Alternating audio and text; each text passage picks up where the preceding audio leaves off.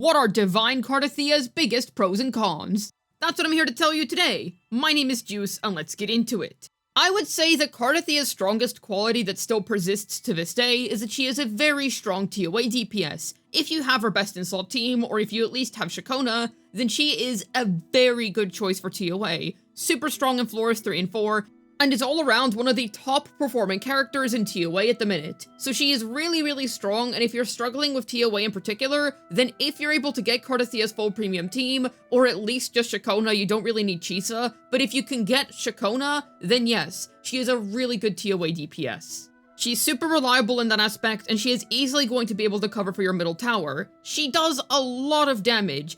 Just keep in mind that this pro is only prevalent if you have Shakona, and we'll touch on that more a little bit later. But if you do have the Bard, then you can expect your Cartethyia to cook. All around, she is really good in TOA, and I highlight this because she's not just decent at it or alright at it, she is genuinely one of the best options available for it.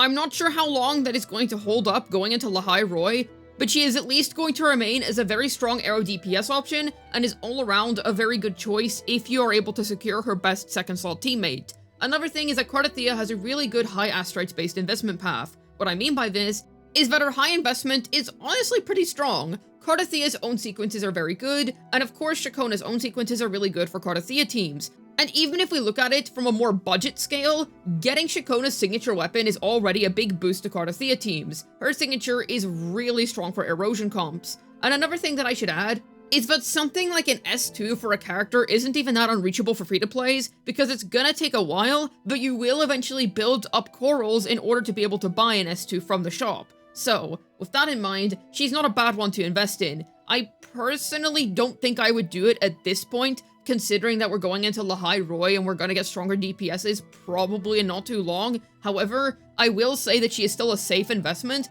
and even if you were to spend your corals on Cartethyia sequences right now, unless you end up loving some future character down the line, power-wise, you won't regret it. There's also Chisa, who came out recently, and I don't really want to highlight Chisa too much because she's not really that much of a boost to Cartethyia teams, to be completely honest with you. Chisa is too niche of a pull to really be any sort of highlight. However, the point does stand that she does have a premium third slot teammate available to her, so if you want that small upscale and you really want to invest into Cartethyia, she does have that option. So even at more budget levels, there are ways that you can easily upgrade your Cartethyia to make her even stronger, and if you're willing to go even further than that, well then you're gonna find yourself with quite the strong DPS. All around, a character that definitely scales well with higher investment. And that's sort of a pro she has. I say sort of because I don't really want to go charge in and say, yes, Cartethyia is absolutely worth it if you have Chisa but no Shakona, because ultimately, she's gonna work, she will definitely function, but she's not going to be anywhere near as good as she would be if you had Shakona. So keep this in mind when I say this next pro. Cartethyia without Shakona is not even close to Cartethyia with Shakona. But I will say, she is a negative status DPS, but is actually able to function in a team without their second slot teammate, because instead you can use Air Rover in the second slot, and then Chisa as the third slot, and that is actually going to be playable. Yes, there is actually a way where you can play Cartethyia and she is going to do decent enough damage, even if you don't have Shakona. Now, it does ultimately require you having another 5-star. This is more so just a benefit to people who pulled Chisa because they really liked her and they just don't have anywhere to use her. Yes, you can pull Cartethyia as a standalone, and she is gonna work well in Chisa teams, but I feel like if you're not in that situation, then this pro isn't really gonna apply to anyone else, because ultimately, this is sort of just the kind of thing you take into account if you pulled Chisa first, and then you decided to plan things out later. Or perhaps you just haven't been lucky, you've not been able to get Shakona at all, and even if she is rerunning this time, you would rather get the far more universal Linny, which is understandable. So I will say there are situations where this can be useful, but it's still kind of niche, so I'm hesitant to push it too much. Another thing I'll add is that she does work in all modes. I won't say that she's excellent in all of them because she's just okay in Whimpering Wastes, not bad, not great. There are better options for Whiwa, honestly. However, it's nice that she works there and has such great performance in TOA. Once again, this is provided that you have her premium second slot teammate. She is going to be very good if you have her second slot teammate, and she is going to be okay if you at least have Chisa. But all in all, assuming you have the right tools for the job, she'll be able to cover all of your in-game modes, which is pretty nice. Okay, now we have to talk about the cons here. The thing is, As high as Cartethyia's damage may be when you have all the right tools for the job, she's a negative status DPS, and unfortunately, this results in her being way too costly. She is just not worth investing into right now. With other strong DPSs, I can still see them being worth it even after their release, because you can pull them, and there is a very high chance that you're already going to have a good place to use them. Let's take Augusta, for example. She's a really good example, actually, because she's able to use more Teffy, and that is still going to be plenty strong for her. It's fine if you don't have Yuno, she is still going to be a very good character. Galbrena is still going to be able to get by fine if you pulled for Lupa, even if you don't have Choyuan. And of course, Linny's coming out soon, that's going to be a very good universal support for many different types of DPSs, meaning that no matter which DPS you pick up, they are going to be able to feel strong. But negative status DPSs aren't going to be able to benefit from Linny, so they can't even enjoy those benefits, and they can't even become useful if they don't have their second salt teammates, unfortunately, because that's just how negative status teams are designed by nature.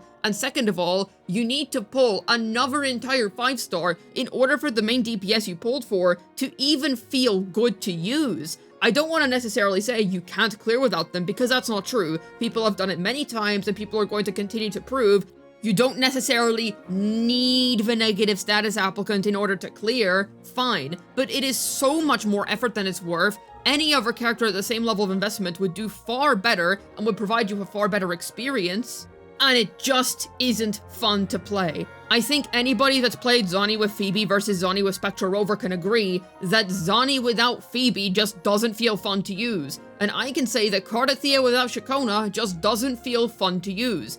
Genuinely, she is far too expensive for what she provides when we have other DPSs that aren't really all that far behind her, to be honest, but are soon going to be getting a very nice universal support for themselves, so even people who didn't pull for their specific teams can still benefit from their damage potential.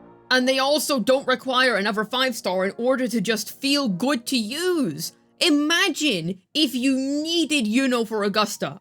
Imagine that. Let's say Augusta just didn't feel good to play with more Teffy, she did not feel good to play on any budget options, and you had to use Yuno with her. Wouldn't that feel terrible? That is basically Cartethyia and every other negative status DPS up until this point. The only one that has an iota of flexibility, in my opinion, is Absolution Phoebe, because while sure you do ideally want Shakona so that you can have more comfortable multi-wave, her strongest team at the minute is actually using Frolova as a second salt teammate. Heavy attack buffs on Outro go wild, not to mention all that extra damage. So, all around, basically any other 5-star DPS would be a better investment than Cartethyia. Shoot. If you're watching this video when it comes out, Frolova should still be on banners, just get her instead. Her budget teams are going to be so much more impactful than Cartethia's budget teams could ever be.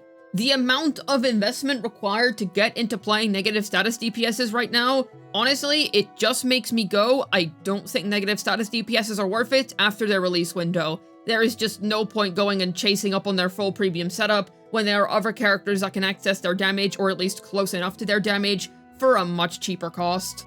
If the trade-off was more significant, I'd have an easier time recommending it, but it's just not worth it. You're not really getting anything spectacularly special here that you can't get out of any other DPS outside of perhaps just liking the playstyle or something along those lines.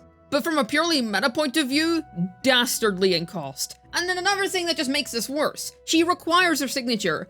Now I know you're thinking, Juice, basically every Wuthering Waves DPS requires a signature weapon, what exactly is so bizarre here? I'll tell you what's so bizarre here. The fact that usually, okay, most DPSs do ideally want to use their signature weapon, fine, but if you have pulled for a good semi-universal weapon of that respective type, then you can generally put that weapon on any character that uses that weapon type, and it's gonna be like 20 to 30% worse than their signature, barring a few exceptional cases like Brant Wuthering Waves and Frolova. However, in Cartethia's case, she doesn't really have anything like that because she's HP scaling, and her signature weapon is basically the only 5-star sword that is genuinely good for her that isn't simply just a crit stick. And it's even worse in her case compared to other characters that just use crit sticks because she's an HP scaler. So, because of that, not only is she really expensive teammates-wise, you go for her signature or you go home. This character is stupidly unforgiving when it comes to cost, which is why it's so hard to recommend her. Sure, Frolova's another one who also really wants her signature weapon, but at least her budget teams are still very, very good and honestly perform quite well. And lastly, we just have better Whimpering Wastes options. Triple Fusion, Frolova's insane.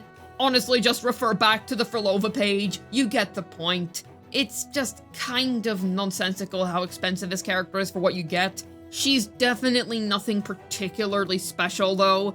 Yes, I do think her animations are very good, and I do actually like the character Cartethyia, but her kit just isn't really that good, and I just think that unfortunately, she was cursed with being a negative status DPS, and because of that, she just isn't really that worth investing into right now compared to other DPSs that you could be getting. Genuinely, and I mean this seriously, if you need an arrow DPS right now, just get Yuno instead. At least she's going to be more flexible and she doesn't really need her signature weapon all that much to do damage. Hopefully this video is able to tell you Cartethia's biggest pros and cons. This has been Juice, signing out, and to be honest, no matter what, one thing that's never gonna fall off is that freaking alt finisher animation.